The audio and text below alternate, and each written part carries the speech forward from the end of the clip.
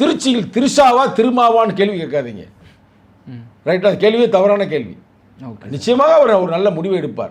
முடிவெடுத்தார், இது 5 ஆண்டுகளுக்கு தொடரும். இல்லை என்றால் இவர் அதிமுகவிலிருந்து ஆளை கூட்டிகிட்டு வந்தார்னு வச்சுங்களேன், அவங்க சப்போர்ட் தர்றாங்க, அது அரசியல் ரீதியாக சிக்கலை உருவாக்கும். அவங்க ஏற்கனவே ஊழல்வாதி, அவர் கொடுக்க ரெடியாக இருக்கானா. நாளைக்கு கட்சி தாவிய தடுப்பு சட்டத்தின் மூலமாக அங்கே பிரச்சனை கூட வரலாம். அன்னெசரியான குழப்பங்கள், இந்த குழப்பங்கள் தேவையில்லை. நம்ம மக்களுக்கு நல்லது செய்ய வந்திருக்கிறது, எதுக்கு குழப்பத்தை உருவாக்க?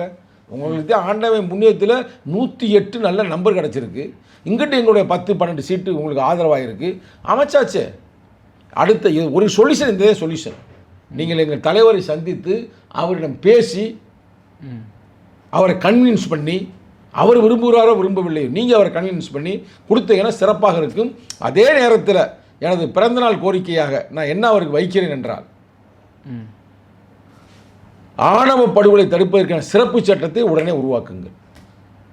இன்னொன்று, வேங்கவையில் மறுபரிசீலனை செய்யுங்க, மறு விசாரணை செய்யுங்க. அதனால் அந்த பயணம் முரளிக்கு வேலையை கொடுங்க. இது தனிப்பட்ட சங்கத்தமிழோட கோரிக்கை அல்ல. பல லட்சம் இளைஞர்கள் இருக்கிற அந்த இளைஞர் அமைப்பு, வலுவான அமைப்பின் சார்பாக நான் கேட்கின்றேன்.